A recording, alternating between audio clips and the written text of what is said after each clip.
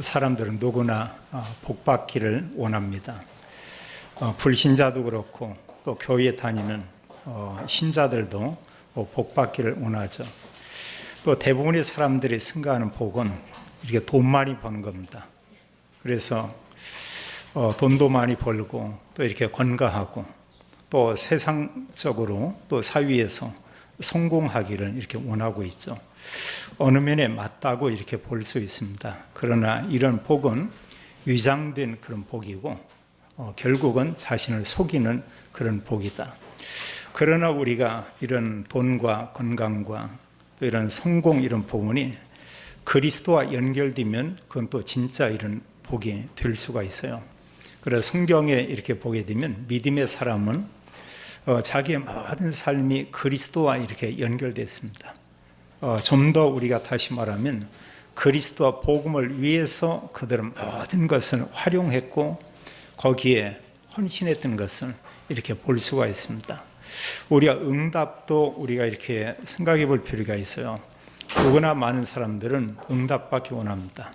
사실은 그 응답의 모든 그 내용들이 자기의 어떤 그 소원, 자기 가정의 어떤 소망 이런 것들이 이루어지기를 원하죠. 그 내용을 우리가 깊이 보면 사실은 말씀하고 하나님 언약하고 별 이렇게 관계 없는 것을 우리가 보게 됩니다. 거의 대부분의 나를 위한 것이고요. 또 그런가 하면 어떤 물질을 위한 것이고 또 어떤 성공을 위한 거고 그냥 어쨌든 간에 내 자녀가 잘 되고 모든 일이 잘 되기를 원하고 있고 나쁜 건 아니죠. 얼마나 감사한 겁니까? 모든 게 잘 되는데 그리스도와 연결되지 않는다. 그것도 전도서에 의하면 헛된 것이다. 이렇게 말하고 있습니다. 그게 가짜복이에요. 그게 사실은 이런 위장된 그런 사실은 응답이고 옵니다. 근데 불신자들이야 100% 그런 기도하지만 문제는 믿는 성도들, 그리스도인들도 대부분의 그런 기도하고 있고요. 거기에 우리의 온갖 마음과 생각이 담겨 있는 것을 보게 됩니다. 이제 그런 사람이 사실 이런 큰 응답을 받아도 복음을 위해서 정말 전도와 선교를 위해서 많이 헌신하냐 할 수도 있지만 그게 잘 안 될 겁니다. 성경에 이렇게 보게 되면은 정말 진짜 응답을 받은 이런 사람들을 우리가 볼 수가 있어요. 그게 초대교회 성도들이 그러했고요. 또 구약의 여러 믿음의 사람들이 진짜 응답을 받았고요. 우리가 늘 말하는 렘넌트 7명이 바로 그러했습니다. 그래서 진짜 응답을 우리가 받기 위해서는 하나님의 언약을 우리가 붙잡아야 되죠. 근데 문제는 너무나 많은 사람들이 언약을 잘 모르고 있습니다. 또 그런가 하면 언약을 안다고 해도 별로 귀하게 생각을 안 해요. 그냥 가볍게 생각을 합니다. 내게 있는 좋은 옷, 내게 있는 어떤 소망, 이게 소중한 거죠. 하나님이 우리에게 정말 그리스도와 함께 언약을 줬다고 해도 그냥 그게 별로 이렇게 귀하게 느끼지 못하는 경우 있죠. 언약 놓치면 많은 응답이 온다고 해도 실은 우리를 속이는 응답입니다.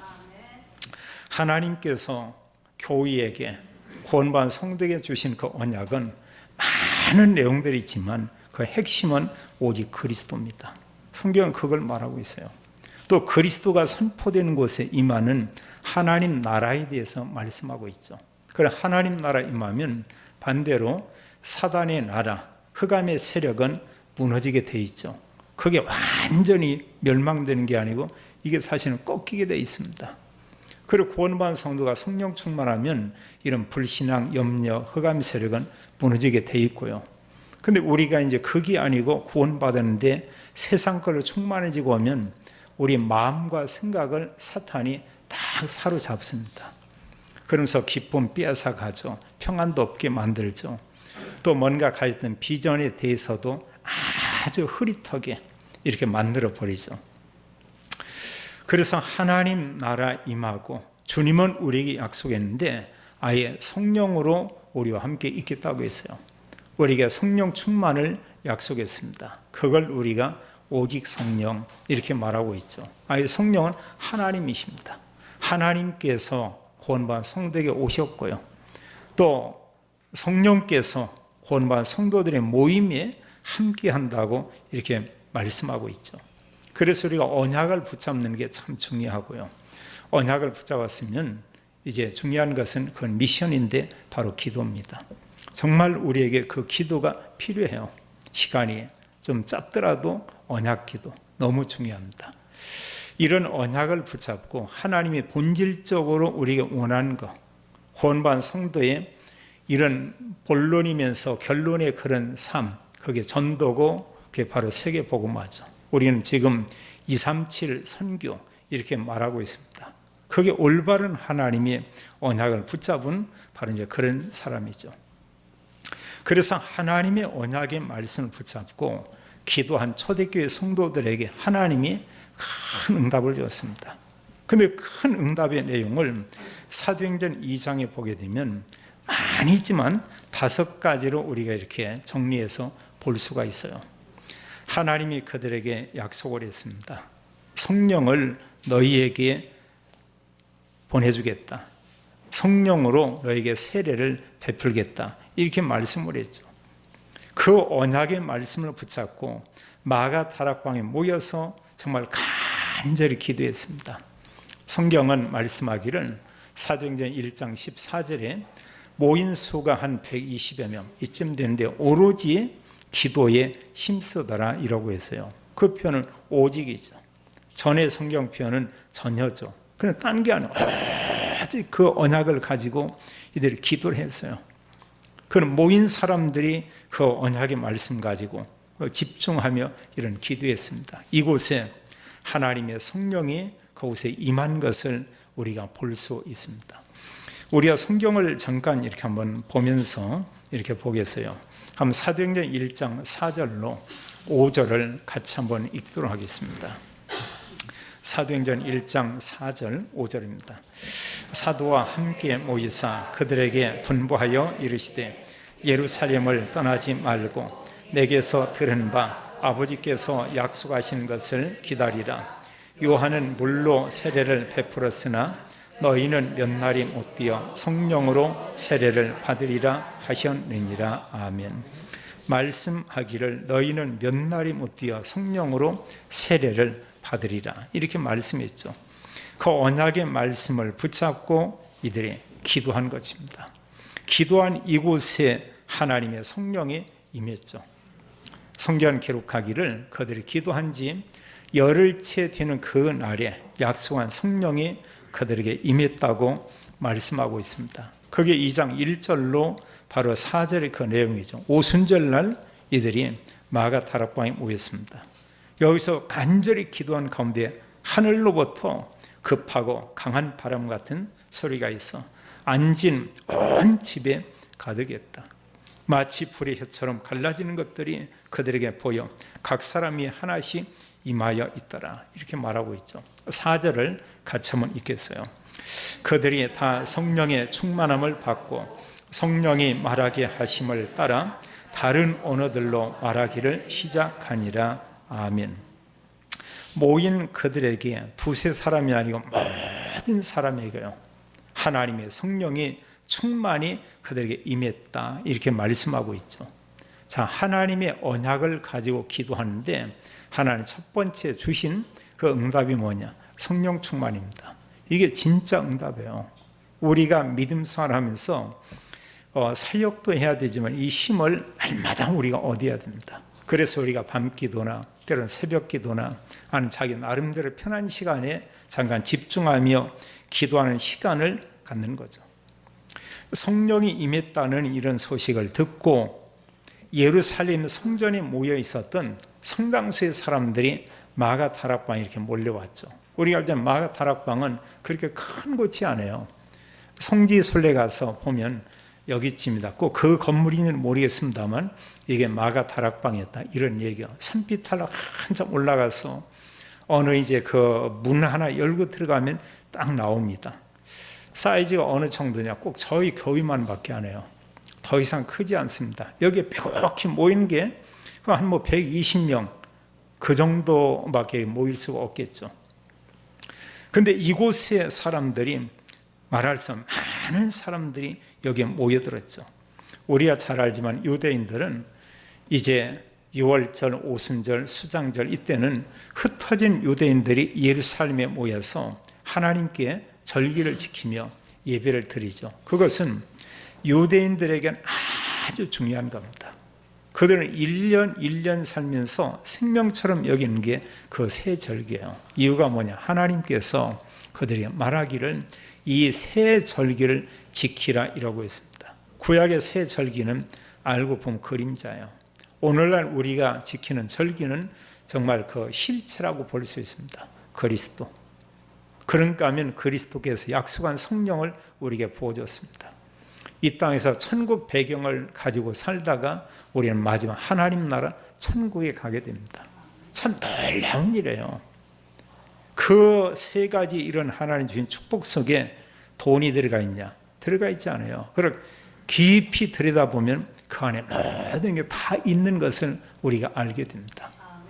우리가 이 세상에 많은 복이 있지만요, 사실은 그리스도 없는 복은 진짜 복이 아니고요, 그리스도 안에 모든 게 있음을 우리가 고백할 수 있죠. 바울이 고백하는 것처럼 골로새서 2장 2절 3절에 하나님의 비밀인 그리스도 그랬고요, 그리스도 안에는 지혜와 지식의 모든 보화가 감추어져 있느니라 이라고 했습니다. 이게 가려져 있다고 했어요. 믿는 성도도 영적으로 충만할 때는 이게 다 보입니다. 근데 우리가 영적 힘이 없으면 그게 보여야 되는데 이게 안 보이는 거예요. 그게 너무 멀리 느껴지는 겁니다. 영적 힘이 있을 때는 그게 다 믿어져요. 그게 붙잡히는 겁니다. 그리고 그 언약을 가지고 사람들에게 살게 되죠. 수많은 사람들이 마가 다락방에 성령이 임했다는 이런 소식을 듣고 많은 자들이 모여들었죠. 성경은 기록하기를 2장 9절로 11절에 보면 여러 나라 사람들이 여기서 모였습니다. 그 수를 보니까 15나라 사람들이 여기 모였어요. 9절은 우리는 바데인과 메데인과 이랬고요. 또 10절 같은 경우에 여러 나라 사람들 얘기하면서 로마로부터 온 나그네 곧 유대인과 유대기에 들어온 사람들과 이런 표현을 했고요. 그러니까 그 당시에 여러 지역에 있는 사람들이 다 모여든 것입니다. 모여든 이들이 뭘 봤냐? 성령이 임해서 마가 다락방에 그 하나님의 성령이 임한 이것을 그들이 목격한 거예요. 보면서 이들은 보는 순간 금방 알았습니다. 요엘서 2장 28절과 29절의 말씀이 임하는 그 현장이구나, 이걸 알게 됐어요. 그리고 이들 역시도 거기 와서 이제 복음의 말씀을 듣게 됐죠. 그리고 복음을 듣고 또 기도하는 가운데 하나님의 성령이 그들에게도 임하게 된 것입니다. 놀라운 일이죠. 뭐 전도하기 위해서 막 나갔던 것이 아니고 사람들이 찾아왔어요. 우리가 이런 사는 삶 가운데 우리는 사람들과 이렇게 만나면서 우리가 살게 됩니다. 특히 도시에 사는 사람들은 많이 만나요. 얼마나 사람을 많이 만나느냐? 이제는 더 이상 인간이 많은 데 말고 인간이 적은 데 가서 좀 이렇게 편하게 좀 살고 싶다, 이런 생각을 합니다. 그 수많은 사람들이 있는 곳에 살면서 또 하는 말이 있어요. 인간은 싫은데 또 전도할 대상자는 하나도 없다고 얘기합니다. 주님께서 말씀하기를 너희는 가서 모든 민족에게 복음을 전하라. 그래서 우리는 오늘 말씀을 들으면서 우리가 생각을 해야 돼요. 이런 만남 얼마나 중요한지 모릅니다. 이 속에 구원받을 사람이 분명히 숨겨져 있죠. 또 구원받게 되면 그 사람 속에 또 복음 전할 제자가 분명히 있습니다. 그런데 우리가 뭐냐? 말하지 않으면 몰라요. 들을 수도 없습니다. 복음을 듣지 않고 그리스도를 구주로 영접하지 않고는 제자가 나올 수가 없어요. 그래서 우리가 정말 복음을 전한다는 너무 소중해요. 제가 직장에 다닐 때 어느 한 형제를 알게 됐는데 이 형제가 이런저런 기술들이 많아요. 제가 보면서 고등학교에서 전자과를 나왔다는데 웬만한 사람이 계산기가 고장나면 가져다 주면 그걸 고쳐주는 거예요. 그런데 그 당신이 이러면서 계산기 이제 이런 그 과에서 그게 이제 고장나면 이게 보통 복잡하지 않아요. 갖다 주면 몇 시간 만에 고쳐가지고 다시 가져오고 겁니다. 제가 보면서 참 그 대단하다 보면. 그래서 저도 이제 몇 번 이렇게 부탁을 했어요. 그 형제에게. 그럼 가질 때마다 전도지 가져다 주고 얘기하는데 사람 참 좋은데 너무 싫어해요. 복음 자체를 싫어하고 예수님 얘기하는 자체를 조금이 아니고 아주 싫어하더라고요. 놓고 정말 그 형제 놓고 해서 기도했었고 또 그런 시간을 여러 번 가져보고 했습니다. 그런 후에 저는 이제 그 직장을 그만뒀어요. 그 후에 제가 들어갔더니 이 형제가 그 직장 안에 미랄 신호에 미랄 교회가 있으면 거기 회장으로 있는 거예요. 나는 깜짝 놀라고 있습니다. 이게 도대체 이게 무슨 일인가? 만나 좀 얘기를 했어요. 어느 계기가 돼서 이 복음을 들었는데 그때는 믿어지더라는 거죠. 근데 우리가 분명한 것은 어느 시간이 있어요. 어느 때는 얘기하는데 아주 싫어하는데 또 다른 사람 누가 통해서 시간이 지난 후에 얘기하는데 그게 믿어지고 오는 거예요. 제가 볼 때 이 형제는 이 말씀과 예배와 이런 부분에 정말 올인하다시피 하더라고요. 또 만나는 사람에게 자꾸 얘기해요.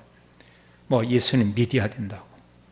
예수님이 우리 죄를 위해 죽으시고 부활했다고. 보통 이제 밖에 전도는 여기까지 알고 있죠. 사람들 얘기합니다. 제가 보면서 참 제자였구나. 그러니 이제 그 당시만 보면은 전혀 그는 알 수가 없죠. 그래서 우리는 만나는 이런 사람들은 우리가 아주 중요하게 여기고요. 그 가운데 복음 받을 사람이 있고 그 속에 제자가 있습니다. 마가 다락방에 모여있던 많은 흩어진 유대인들, 또 예루살렘에 살고 있는 많은 유대인들이 모여서 이들이 본 게 있어요. 하나님의 성령께서 임한 현장을 이들이 본 것입니다. 또 본인들도 그리스도를 믿고 성령이 자기들이 임한 것을 이들이 체험하게 돼요. 이게 중요합니다. 내가 정말 기도하는 가운데 하나님 주시는 영적인 힘을 내가 체험해 보면은 이게 얼마나 깊은지 알게 돼요. 요즘이 아마 철야기도 이런 게 없는데 수십 년 전에는 정말 철야기도 했습니다. 밤 11시에서요 새벽 4시까지 나를 정말 꼬박 세면서 이런 기도했어요. 제가 그전에 다니던 교회도 늘 그 기도하는 거예요. 그런데 놀라운 것은요 많은 사람들이 옵니다. 그 시간에 직장인들도 오고요, 청년들도 오고, 심지어 어린 아이들도 오고. 지금 보면은 그건 너무 이렇게 말도 안 되는 얘기예요. 그런데 그게 저 같은 경우는 교회가 멀었거든요. 한 2시간 군포에서 참 둔촌동 이렇게 멀고 온데 꼬박 2시간 걸려요. 직행 타고 갈아타고 가는데 오는데 2시간. 참 10년을 하루같이 이렇게 다녔던 것 같아요. 일주일에 한 3번, 4번. 어떻게 보면은 그는 가는데 그게 힘들지 않은 거예요. 그 시간이 기다려지고요. 또 이렇게 모이고요. 이들이 모여서 뭐냐면 간절히 어떤 기도하는 겁니다. 복음은 좀 희미해도 이런 힘을 가지고 나가서 전도지 돌리고 전도하는 거예요. 이들이 이제 성가대에서 봉사하고, 이들이 또 주일학교 교사로 헌신하고, 또 뭔가 교회에 중요한 일들이 있으면 이런 사람들이 다 하나로 힘이 모아지고 오는 겁니다. 이런 걸 보면서 그 당시에도 정말 교회는 바로 이런 게 아니냐. 정말 이게 진정한 참된 교회구나. 이제 이런 것들을 참 많이 이렇게 볼 수 있었습니다. 이들이 성령 충만을 이렇게 체험한 후에는 이제 달라졌어요. 보면은요. 그 15나라 사람들이 왔지만 지금 얘기하면 이게 많은 나라로 볼 수 있는 수십 개 나라예요. 이들이 와서 올바른 복음을 알고 성령 충만을 체험하고 이제는 오순절 이후에는 자기 나라에 다 돌아가겠죠. 우리가 생각을 해보세요. 이 사람들이 올바른 제자입니다. 제자들이 가서 가만히 있었냐? 그러지 않아요. 계속 복음을 전했어요. 그 현장에 바울팀이 가서 방문한 겁니다. 거기서 이제 이런 사람들을 만나게 되죠. 브리스길라, 아굴라 이런 사람 만나게 되고요. 가이오 이런 사람도 만나게 되고요. 여러 믿음의 사람들을 이제는 바울이 가서 그들을 다 만나요. 이미 어느 면에 이들이 복음이 뭔가를 어느 정도 알고 있었습니다. 우리가 15나라 이라고 하지만 우리는 마음속에 지금은 하나님 우리에게 은혜 베푸사 237 나라다. 우리에게 마음에 담고 있어야 돼요. 하나님의 전도 비전은 세계 복음화입니다. 어느 한 지역의 한 구석 이것만이 절대 아니에요. 이제 앞으로 저희 교회도요, 여기보다 넓은 곳으로 이제 예배 공간이 옮겨지지만 우리 한편에 불신앙이 들어가면 지금도 딱 좋은데 넓은 데 필요하냐? 절대 아니겁니다. 설령 우리가 좀 적은 사람이 모여도 우리 생각은 정말 키워야 돼요. 전 같으면은 동네에 있는 저수지였다고 하면 이제는 우리가 태평양 그 바다만큼 우리가 넓혀야 되겁니다. 그래서 모든 사람 다 받아야 돼요.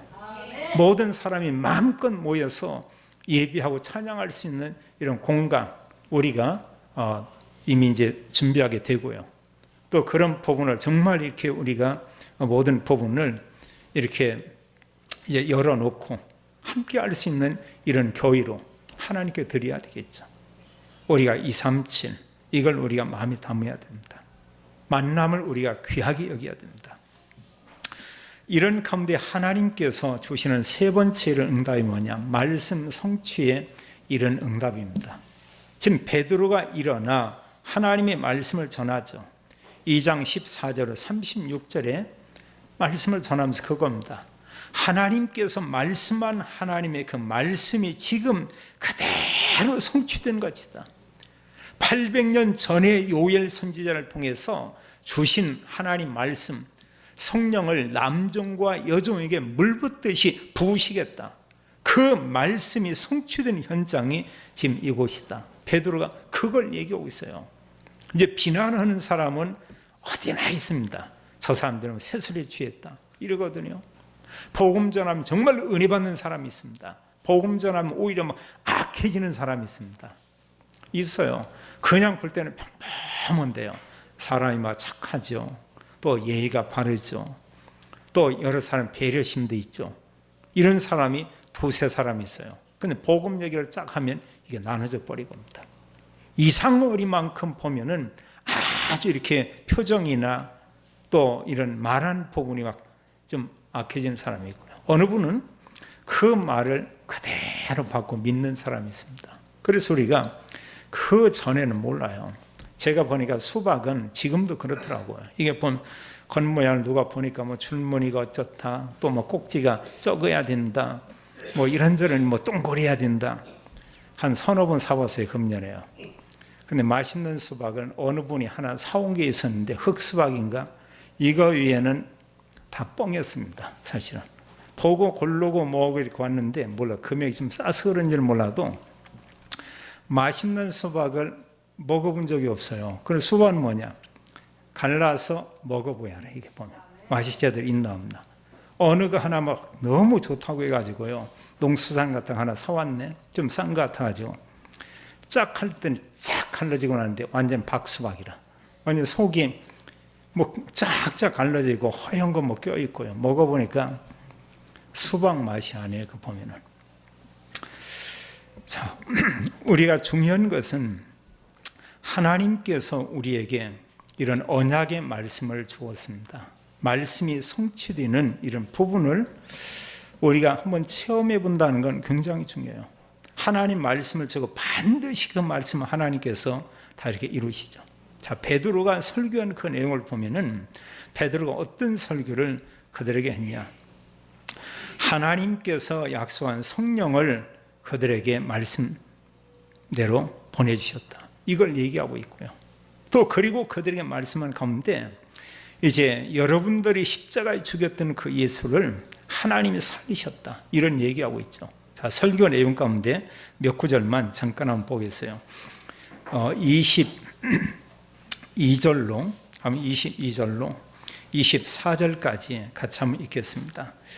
이스라엘 사람들아, 이 말을 들으라. 너희도 아는 바와 같이 하나님께서 나사렛 예수로 큰 권능과 기사와 표적을 너희 가운데서 베푸사 너희 앞에서 그를 증언하셨느니라. 그가 하나님께서 정하신 뜻과 미리 아신 대로 내준 바 되었거늘 너희가 법 없는 자들의 손을 빌려 못 박아 죽였으나 하나님께서 그를 사망의 고통에서 풀어 살리셨으니 이는 그가 사망에 매여 있을 수 없었음이라 이랬죠. 유대인들에 의해서요, 이방인 손을 빌려서 그 예수님을 십자가에 못 박아 죽였다. 그러나 하나님께서 이 예수님을 살리셨다. 이렇게 말하고 있습니다. 그럼 설교 내용 가운데 또 얘기하고 있죠. 이 예수님이 누군가를 그들에게 설명을 합니다. 32절, 33절을 같이 읽겠어요. 이 예수를 하나님이 살리신지라 우리가 다 이 일의 증인이로다. 하나님의 오른손으로 예수를 높이시매 그가 약속하신 성령을 아버지께 받아서 너희가 보고 듣는 이것을 부어주셨느니라. 그러면서 우리는 예수님 부활한 것에 대한 그 증인이다. 이런 말씀하고 있고요. 그래서 성령을 이제 받아서 우리에게 부어줬다. 이렇게 말씀하고 있고, 그래서 설교의 결론은 36절에 나오고 있죠. 쭉 얘기하면서 36절에 그렇게 말합니다. 함께 읽겠어요. 그런즉 이스라엘 온 집은 확실히 알지니 너희가 십자가에 못 박은 이 예수를 하나님이 주와 그리스도가 되게 하셨느니라 하니라. 아멘. 참 베드로 설교 보니까 군더더기 없어요. 정말 메시지 복음만 아주 깔끔하니 이렇게 전한 것을 보게 됩니다. 우리가 조금만 영적으로 충만하면 복음 위에 딴 잔말이 많이 필요 없죠. 정말 복음만 딱 말할 수 있는 겁니다. 근데 영적으로 우리가 연약해지면 복음보다 딴 얘기를 너무나 많이 해버려요. 다른 얘기를. 그러다 이제 나중에 복음 얘기를 하니까 내가 힘이 없어가지고 얘기를 못하고 그냥 끝내버리는 경우 있어요. 이런 게 우리는 서론 간단히 하고요. 1, 2분에서 끝내버리고 막바로 뭐냐? 복음 들어가야 됩니다. 고구마는 익었나 익지 않나 찔러보면 알아요. 그러기 전에는 그냥 감 잡아가지고 잘 모릅니다. 시루떡도 이렇게 찔러보면 알아요. 이게 보면은요. 근데 적당히 불 때고 나서 소뚜껑 열고 그냥 꺼낸다. 절반 정도 설어있죠. 그리스도를 얘기해 보면 여기에서 진짜한 반응이 나옵니다. 여기 말씀하고 있죠.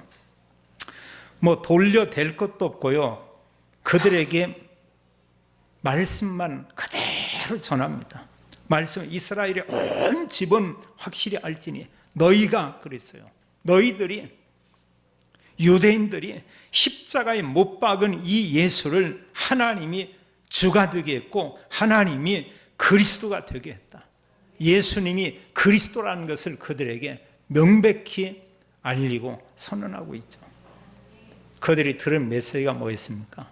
약속한 성령이 우리에게 임했구나. 예수님이 분명히 십자가에 죽었고 부활했다는 소식을 들었는데 그게 정말 사실이구나. 그 예수님이 바로 그리스도구나. 이걸 알게 됐어요.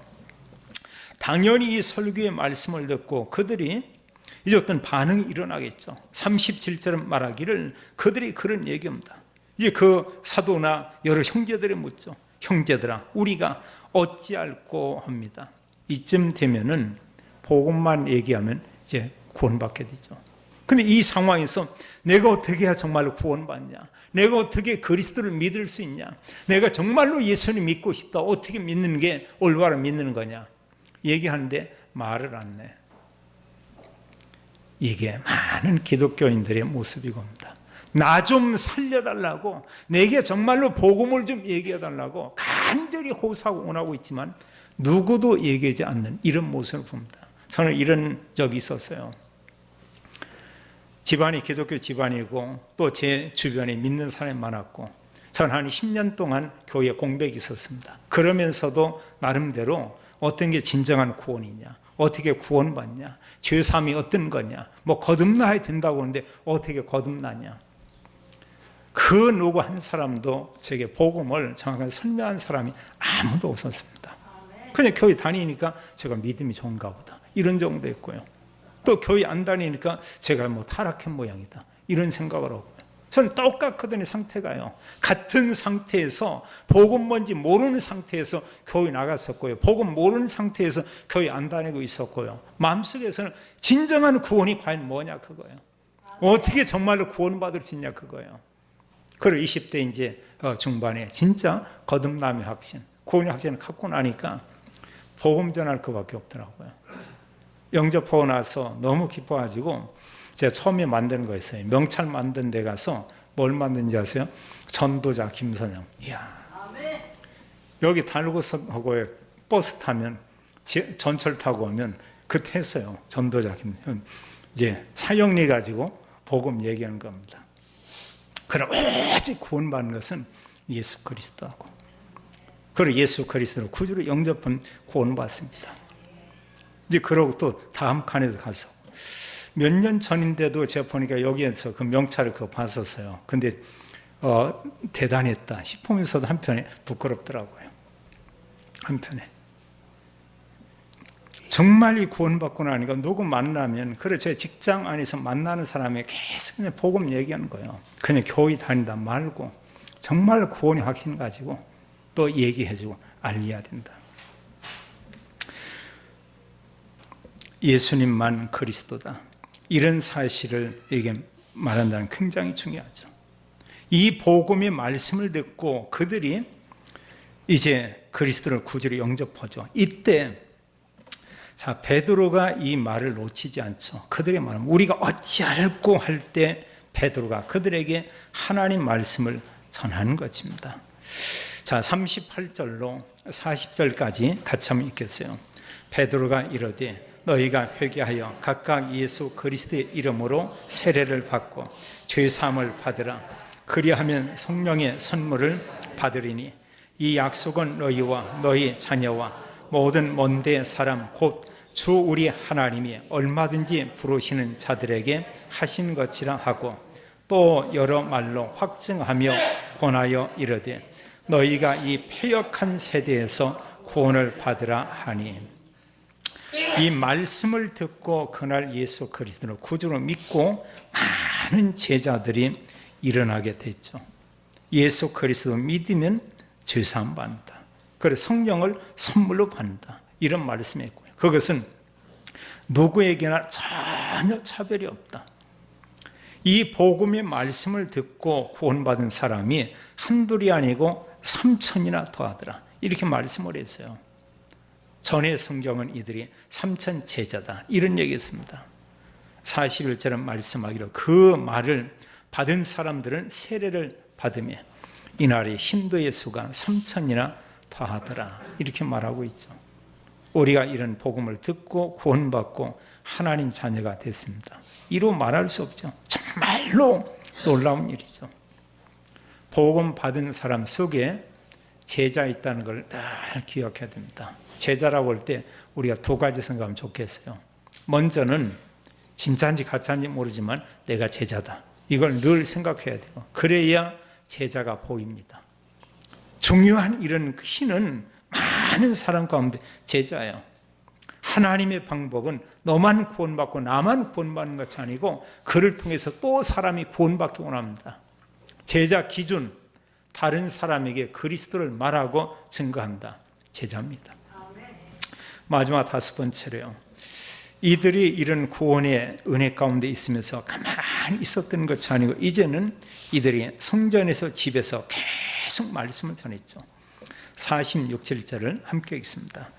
날마다 마음을 같이하여 성전에 모이기를 힘쓰고 집에서 떡을 떼며 기쁨과 순전한 마음으로 음식을 먹고 하나님을 찬미하며 또 온 백성에게 칭송을 받으니 주께서 구원받는 사람을 날마다 더하게 하시니라. 아멘. 앞으로 하나님이 저희 교회에 주실 응답이라고 확신합니다. 5장 42절을 같이 한번 읽겠어요. 5장 42절을 함께 읽습니다. 그들이 날마다 성전에 있든지 집에 있든지 예수는 그리스도라고 가르치기와 전도하기를 그치지 아니하니라. 모든 성도들이요, 오직 그리스도 언약 붙잡고 또 우리가 선포하면 거기서 하나님 나라 임하게 돼 있고, 이런 가운데 하나님은 사도행전 2장에 진짜 응답, 이것을 우리 삶 속에서 우리가 받게 하고 체험하게 할 것입니다. 이런 하나님의 언약 가지고 하나님 주신 응답 가지고 가정, 현장 모든 사람 살리는 전도자, 증인 되기를 예수님의 이름으로 축원합니다. 하나님 참으로 감사합니다. 하나님께서 우리에게 예수님만이 그리스도임을 알게 하고 하나님 위장된 복, 임시복 또 이런 하나님 가짜 응답 이게 아니고 우리에게 진짜 응답, 참된 응답을 알게 하심을 감사 올립니다. 모든 성도들의 삶을 통해서 사도행전 2장의 응답과 증거 있도록 역사하고 또 저희들을 통해서 하나님 모든 사람, 모든 현장 또 237 나라 살리는 응답 증거 있도록 하나님이 축복해 주옵소서. 주 예수 그리스도 이름으로 기도하옵나이다. 아멘.